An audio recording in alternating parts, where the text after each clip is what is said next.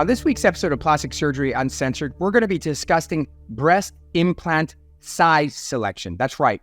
If you're considering getting a breast implant, as you are well aware, one of the biggest and probably the most scary decisions is what's the right size. All too often, patients rely on extraneous information to make that choice. And sometimes even your doctor selection isn't ideal.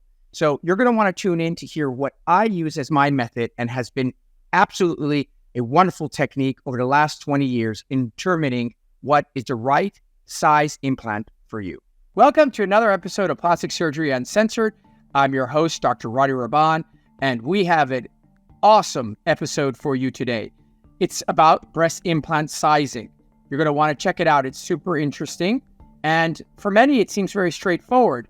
But in reality, it turns out to be a major complicating issue when it comes to any type of breast enhancement. So what are we talking about? When a woman decides to have any type of breast enhancement, that is a breast augmentation and or a breast lift with an implant has to be selected. Naturally, one of the biggest components of this surgery is size. What size should we select? What size do you want to be? What size are you trying to avoid? So, picking an implant size, it turns out to be really complicated. Anyone who's had breast augmentation and is unhappy with their size will tell you that, God, that's not what I asked for. It's quite common that one thinks of sizing in just the simple terms, letters, A, B, C, D, and so on and so forth. So, someone will come into their plastic surgeon and say, hey, Dr. Raban, I am an A cup, and I'm hoping to do an augmentation or enhancement, and I'd like to be a C cup. And the expectation or the hopes or the misunderstanding is that they think I know what that means. As if to say, I want this cabinet 36 inches tall. The reality is that unlike measurements like height or weight, which are very specific, breast sizing is completely and totally ambiguous.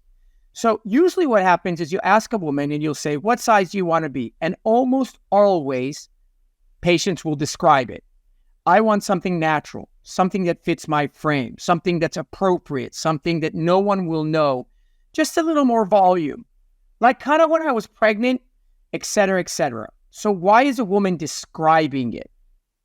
She's describing it because it's easier for her to explain to you what she wants through a description than through a specific. When you build a cabinet, you don't say, I want the cabinet kind of tall or sort of tall or really tall. You say, I want a 36-inch cabinet.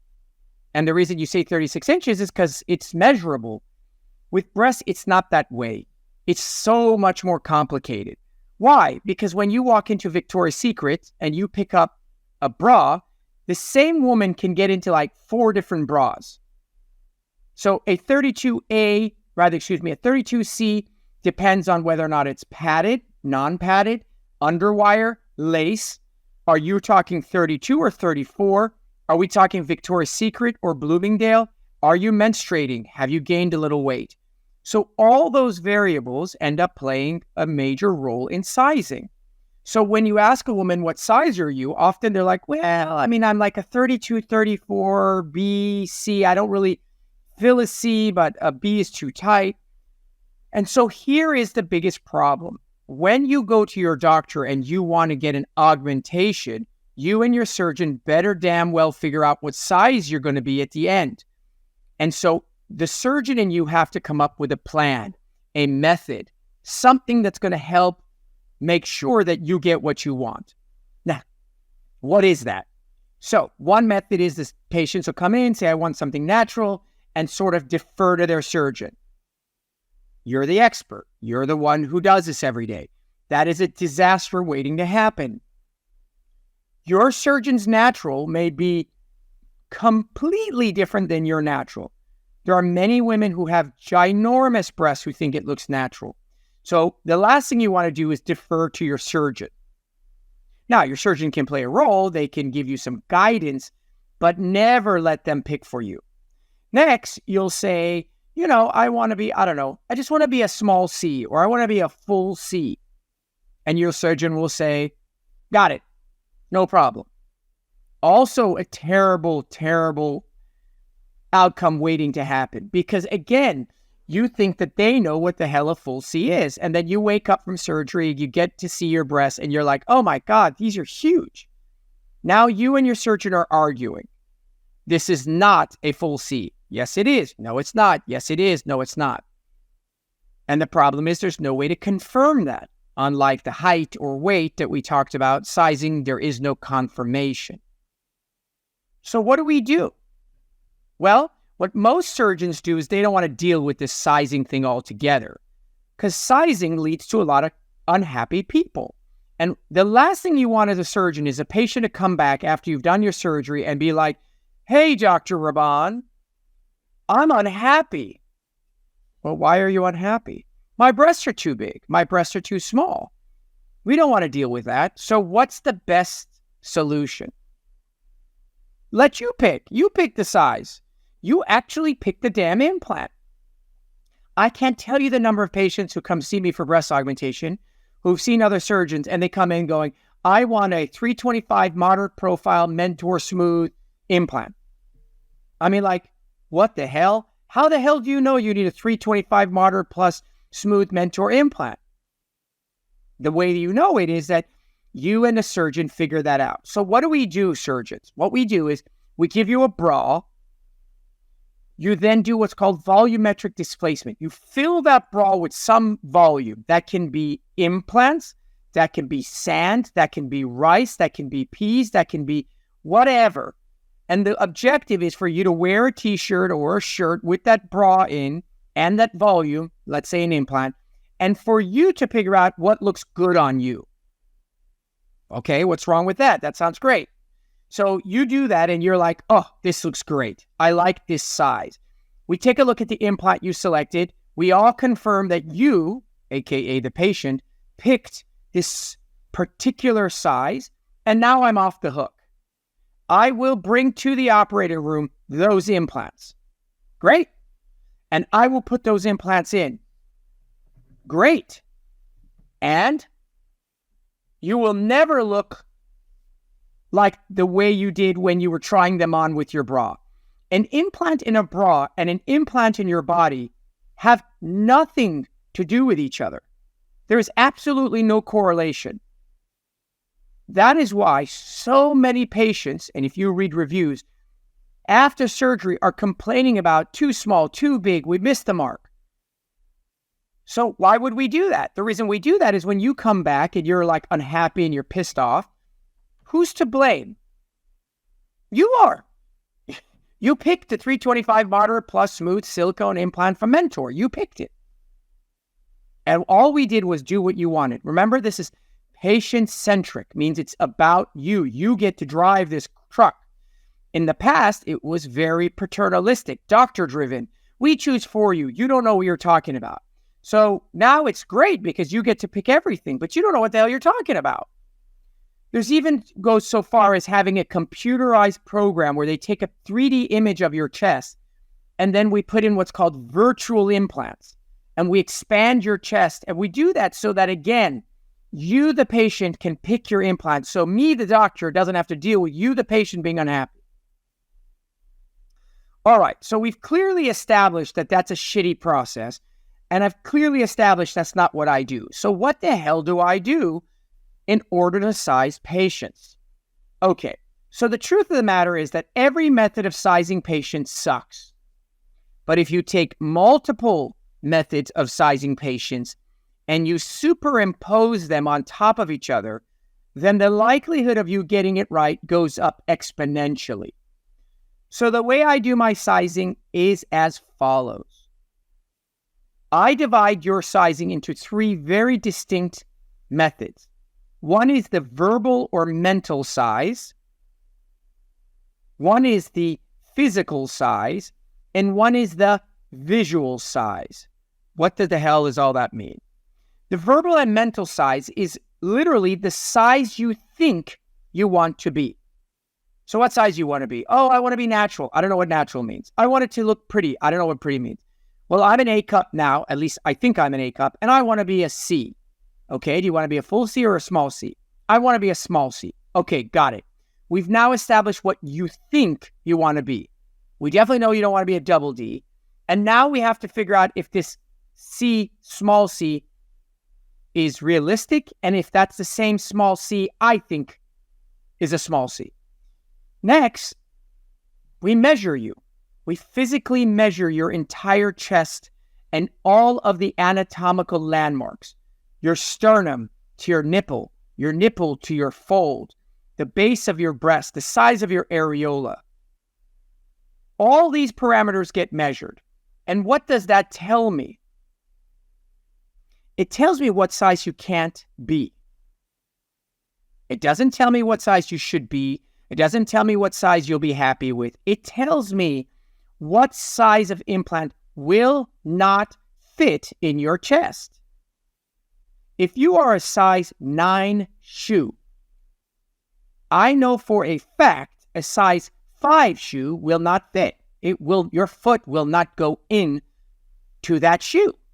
So if your chest diameter and measurements are a certain way, how on earth am I going to get an implant into your chest that's larger than your chest? And the way surgeons do that is they expand and dissect and destroy your anatomy. So I tell you physically what is the max you can be. The last method of sizing is the visual, for which we're going to take a break and come on back and I'm going to tell you how that works. So hang tight. We'll be back with Plastic Surgery Uncensored in just a moment.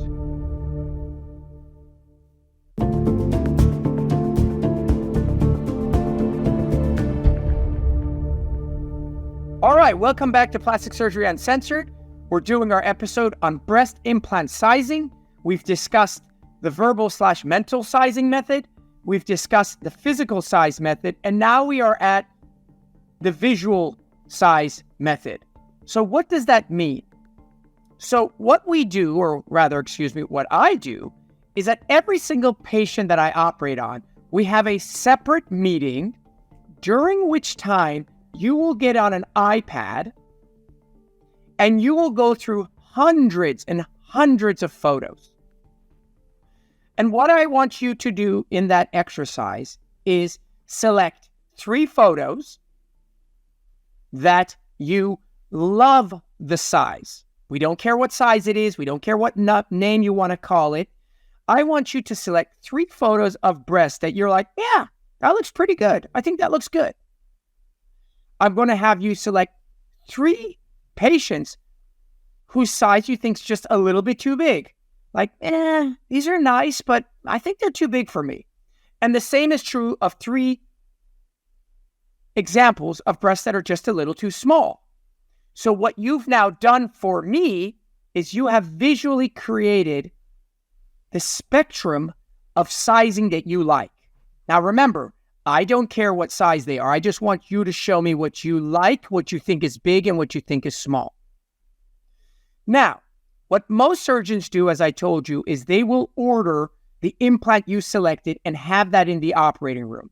When the surgery is done, you will 100% get the implant you guys discussed. That is not how I do it.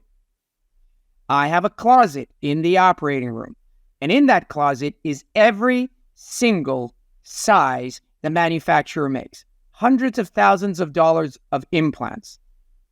I mean, you open up the catalog and every damn size they make I have. 100, 125, 550, 675, moderate profile, high profile, every implant, sterile, in a box, ready to go. In addition, I have exact sterile copies of those implants, which I call sizers, also ready to go. So you're on the operating room table, you're asleep. Your photos, the bigs, the smalls, and what you like are on the wall. And I then make the pocket in which these implants will go. Now, having done this as many years as I have a pretty damn good idea of what implant will get you to where you want to go. Now, remember, most patients, I'd say 80 to 85% of patients, have a decent amount of asymmetry. So I will put in the implants that I think make you look like the photo you selected. I then sit you up like Jesus with your hands on your side supported. Now you're asleep. You can't feel any of this. And then I actually look at the photos you selected and then I say, oh, wow, that looks way too big. Oh, yeah, and her right breast is still bigger than her left breast. And I sit you back down and exchange the sizes for others. And I'll do that exercise until what?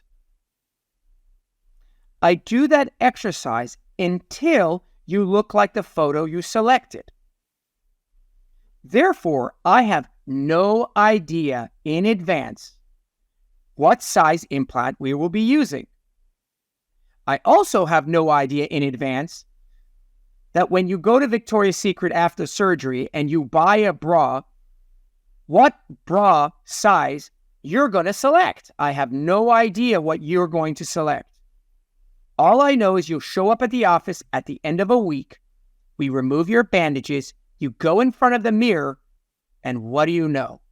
You look like the photo you selected.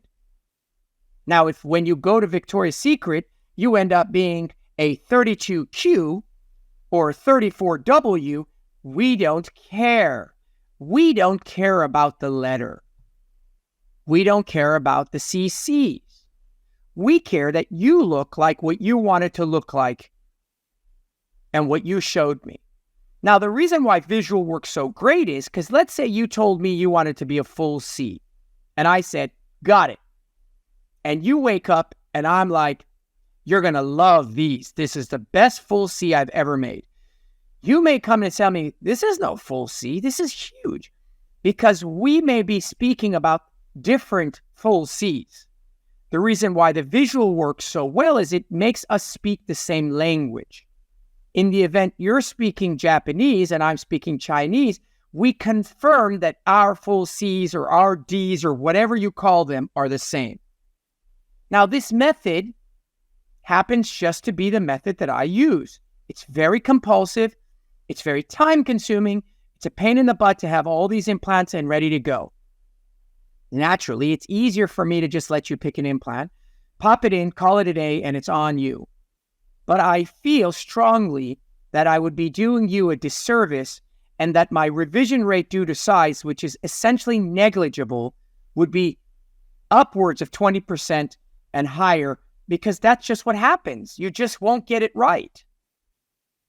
So, it is tantamount that if you want to get a breast enhancement, any implant is being used, you and your surgeon have confirmed a method of sizing that you believe is very accurate and you feel comfortable with.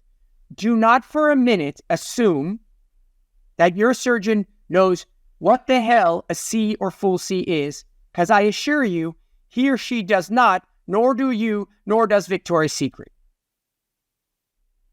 I hope that all makes sense.